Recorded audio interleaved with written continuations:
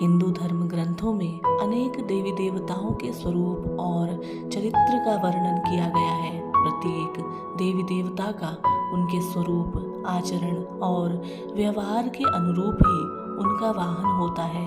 हर देवता अपने वाहन के माध्यम से प्रकृति के एक विशिष्ट गुण का प्रतिनिधित्व करते हैं।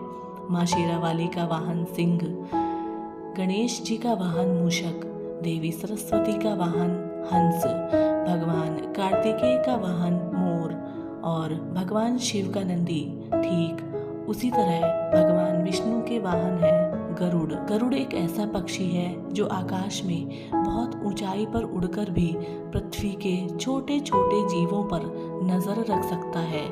गरुड़ सांपों का शत्रु होता है। इस कारण कहा जाता है कि यह विष को खत्म करने वाला अर्थात आतंक को नष्ट करने वाला पक्षी है। ऐसे ही परम शक्तिशाली भगवान विष्णु सबका पालनहार करने वाले हैं। उनकी नज़र प्रत्येक जीव पर होती है। विष्णु जी के वाहन से सदैव अपनी दृष्टि पैनी बनाए रखने एवं जागरूक बने रहने की प्रेरणा मिलती है। धार्मिक ग्रंथों के अनुसार गरुड़ की मां का नाम विनीता था, जो प्रजापति कश्यप की पत्नी थी।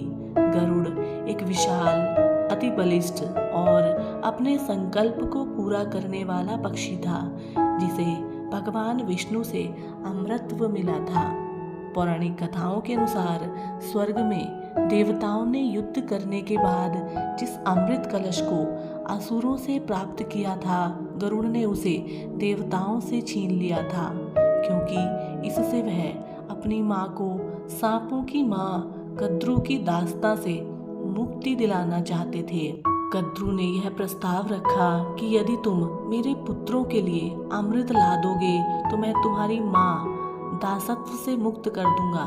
इसके लिए गरुड़ स्वर्ग पहुंचे और देवताओं की सुरक्षा व्यवस्था को भंग करके अमृत लेकर उड़ गए। गरुड़ अमृत कलश लेकर कद्रू के पास पहुंचे और उससे बोला, माते, अपनी प्रतिज्ञा अनुसार मैं अमृत कलश ले आया हूँ। अब आप अपने वचन से मेरी माता को मुक्त कर दो। कद्रू ने उसी क्षण विनीता को वचन से मुक्त कर दिया और अगली सुबह अमृत नागों को पिलाने का निश्चय कर वहां से चली गई। रात को उचित मौका देख इंद्र ने अमृत कलश उठा लिया और पुनः उसी स्थान पर पहुंचा दिया। दूसरे दिन सुबह नाग जब वहां पहुंचे तो अमृत कलश गायब देखकर दुखी हुए। उन्होंने उस कुशा को ही जिस पर अमृत कलश रखा था चाटना आरंभ कर दिया, जिसके कारण उनकी जीभ 2 हिस्सों में फट गई। गरुड़ की मात्र भक्ति से प्रसन्न होकर भगवान विष्णु गरुड़ के सम्मुख प्रकट हुए और बोले, मैं तुम्हारी मात्र भक्ति देखकर बहुत प्रसन्न हूँ पक्षीराज। मैं चाहता हूँ कि अब से तुम मेरे वाहन के रूप में मेरे साथ रहो। गरुड़ बोला, मैं बहुत भाग्यशाली हूँ प्रभु, जो स्वयं आपने मुझे अपना वाहन बनाना स्वीकार किया। आज से मैं हर क्षण आपकी सेवा में रहूंगा और आपको छोड़कर कहीं नहीं जाऊंगा। इस तरह उसी दिन से पक्षी राज गरुड़ भगवान विष्णु के वाहन के रूप में प्रयुक्त होने लगे।